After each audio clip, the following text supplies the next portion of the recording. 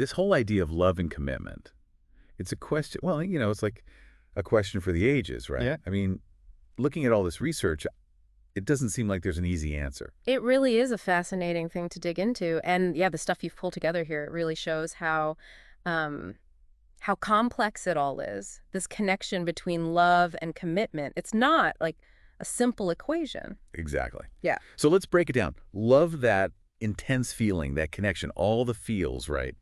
But then there's commitment. It's more of a choice, a conscious decision to build a life with someone, isn't it? Definitely. When you talk about commitment, you're talking long term. You're talking about sticking it out through thick and thin, Yeah. shared goals, loyalty, going beyond that initial spark. So two different things, but they do kind of go together a lot of the time. And we often hear, oh, love just leads to commitment, right?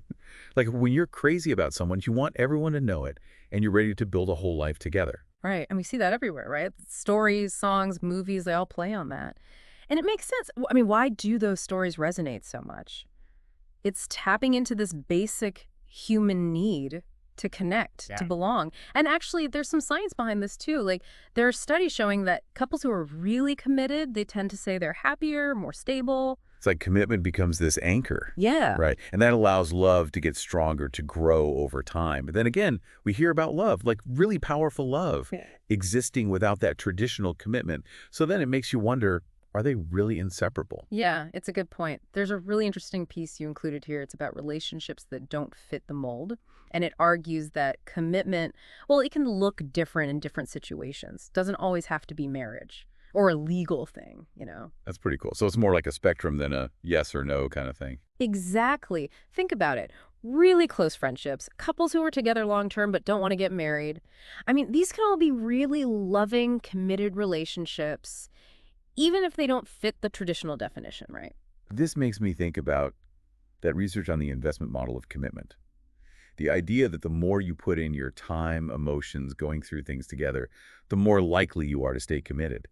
Even when that first super intense love maybe changes a bit. Totally. Commitment is a choice. It's something you have to work on. You have to make it grow. It's not always easy, but when you invest that much, it can lead to really strong connections. Absolutely. But knowing when to invest more, when to maybe walk away, I mean, that's got to be tough. Well, what would you say, like, what advice would you give someone who's trying to figure all this out in their own life? I think the most important thing, and I can't emphasize this enough, is being honest about everything. Your needs, your expectations, that communication is crucial. I don't care if you're looking for a fling or your soulmate, being upfront matters. Makes sense. So where does this leave us?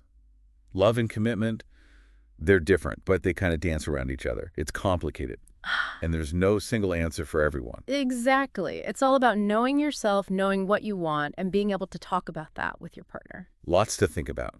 I'm curious now, after going through all this, what stands out most to you? Does love need that traditional commitment to survive, or can it thrive in, more unconventional ways? Something to chew on for sure.